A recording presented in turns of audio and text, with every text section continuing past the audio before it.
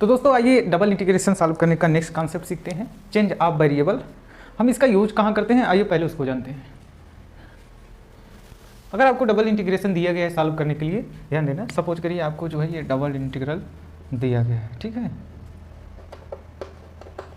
ये आपको double integral दिया गया है f of x comma y d x d y, ठीक, ये आपको दिया गया है, ठीक। अब ये जो रीजन डिफाइन है, ये यहाँ पर ये जो रीजन दिया गया है ना, इस पे फोकस करो। मान लो ये रीजन पे जो है आपको डबल इंटीग्रेशन करना है। सपोज करिए ये रीजन हमारे कहाँ पे है, ये एक्स वाई है ना, एक्स वाई प्लेन। सपोज करिए हमारा रीजन दिया हुआ है और हम इसको जब इस कर्व पे सॉरी इस प्लेन प्लाट किए जो है, ये हमारा कुछ इस तरीके से आ रहा था, ठीक है। तो हमें चेंज ऑफ वेरिएबल वहाँ पे यूज करना है जहाँ पर हमारे रीजन में जब हम स्ट्रिप कट कर रहे हो तो हमारी मल्टीपल कॉर्नर क्रिएट हो रहे हो।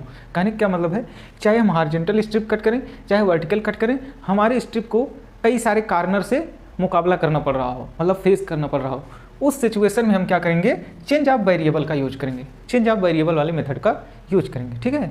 यानी कि अगर आप इसमें हॉरिजॉन्टल स्ट्रिप भी कट करें तो आप देखेंगे कि यहाँ पर एक कॉर्नर ये हो सकता है, अगर ये ऊपर उठा होगा तो एक कॉर्नर यहाँ पर आ जाएगा, तो दो कॉर्नर यहाँ पर आ रहे हैं। या आप अगर वर्टिकल कट करेंगे जो है तो यहाँ से यहाँ तक जाएगा एक कॉर्नर, यहाँ दो कॉर्नर। मतलब जब हमारे डबल इंटीग्रल में क्या हो, हॉरिजॉन्टल हो, मल्टीपल कॉर्नर कहाँ पर मिले, मल्टीपल कॉर्नर,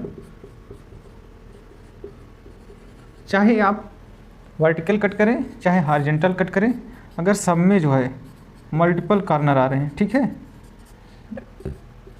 चाहे आप हॉरिजॉन्टल स्ट्रिप कट करें चाहे वर्टिकल कट करें, अगर मल्टीपल कॉर्नर आ रहे होंगे तो उस समय आपको चेंज ऑफ वेरिएबल वाले मेथड का यूज करना जरूरी होगा, ठीक है। जरूरी नहीं है कि आप जब मल्टीपल कॉर्नर आए तो हमेशा चेंज ऑफ वेरिएबल ही लगाएं, नहीं, ऐसा जरूरी नहीं है।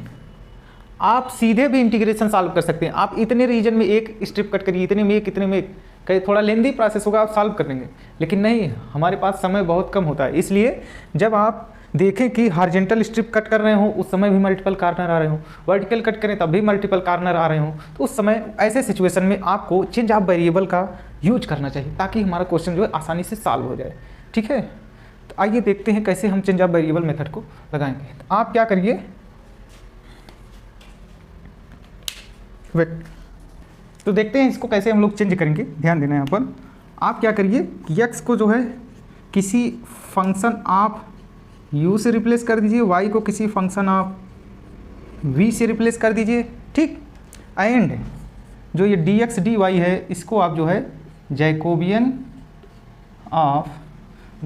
मल्टीप्लाइड बाई du dv से कर दीजिए, ठीक है।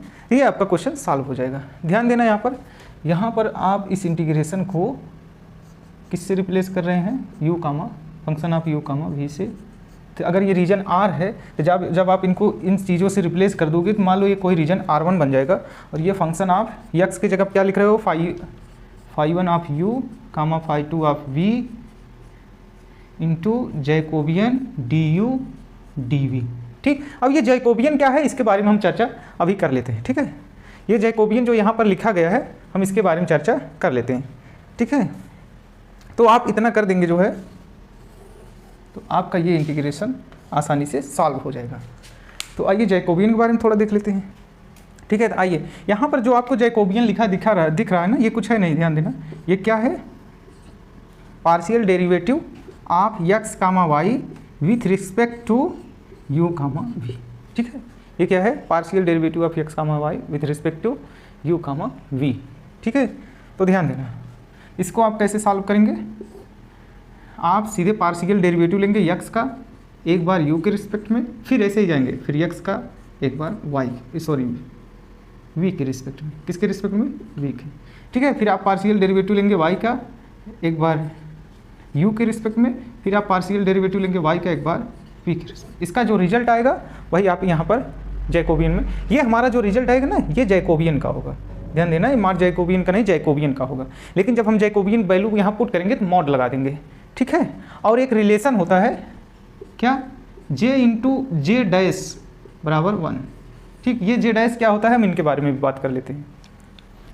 जे डैश होता क्या है यहाँ पर देखना, जे डैश का मतलब जस्ट इसका रिवर्स, मतलब partial derivative of u comma v with respect to x comma y। तो यहाँ पर आप इसे कैसे लिखेंगे, पार्शियल डेरिवेटिव u का एक बार x के रिस्पेक्ट में, पार्शियल डेरिवेटिव u का फिर दूसरी बार y के रिस्पेक्ट में, सेम ऐसे पार्शियल डेरिवेटिव v का x के रिस्पेक्ट में, पार्शियल डेरिवेटिव v का y के रिस्पेक्ट में।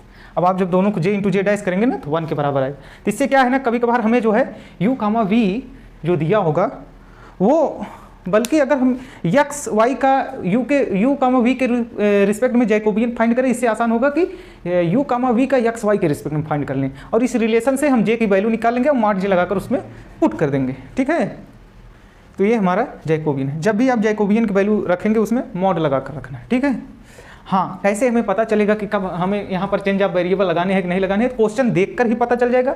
ज़्यादातर केस ये किस में आता है चेंज ऑफ वेरिएबल? पैरेललोग्राम के केस में, पैरेललोग्राम के केस में। ठीक है, पैरेललोग्राम, अगर आपका रीजन जो है पैरेललोग्राम दिया रहेगा तो वहाँ पर भी आएगा, या क्वेश्चन को देखकर ही लग जाएगा कि हाँ हमें चेंज ऑफ वेरिएबल लगाना चाहिए। ठीक है, मीन्स वहाँ पर मल्टीपल कॉर्नर्स क्रिएट हो रहे होंगे, चाहे आप हॉरिजॉन्टल स्ट्रिप कट कर लें चाहे वर्टिकल कट कर लें। ठीक है, ऐसे सिचुएशन में अगर हम इनका यूज करते हैं बहुत आसानी से सॉल्व कर सकते हैं। ठीक है, तो ये था हमारा कॉन्सेप्ट का लेक्चर। अगले वीडियो में हम जो है क्वेश्चन के साथ इसे प्रैक्टिस करेंगे। Thank you.